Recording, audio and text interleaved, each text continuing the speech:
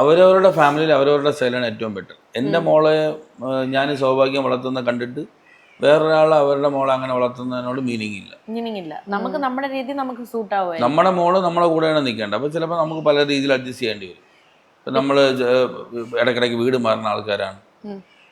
അപ്പം മോള് നമ്മളെ കൂടെ അഡാപ്റ്റ് ആവണമെങ്കിൽ നമുക്ക് എല്ലായിടത്തും കമ്പനിയായിട്ട് നിൽക്കുന്ന ആളായിട്ട് നിൽക്കണമെങ്കിൽ ചില ആൾക്കാർക്ക് അവരുടെ മക്കൾ എല്ലായിടത്തും മിട്ടണ ഇഷ്ടമല്ല.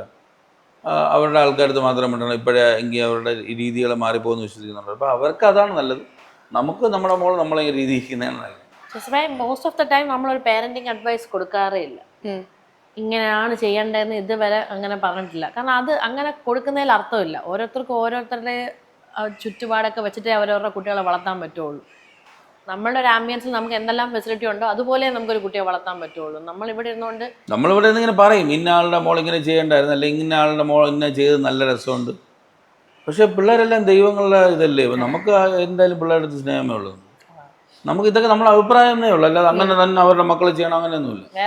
വളരെ അടുത്ത ആൾക്കാരാണ് ഇങ്ങനെ ചെയ്ത് നോക്കാത്തത് എന്തെന്നൊക്കെ നമ്മളിങ്ങനെ ജസ്റ്റ് ഞാൻ ചോദിക്കാറുണ്ട്. എന്നല്ലാതെ നമുക്കങ്ങനെ വിഷമം വിരോധം അങ്ങനെയൊന്നും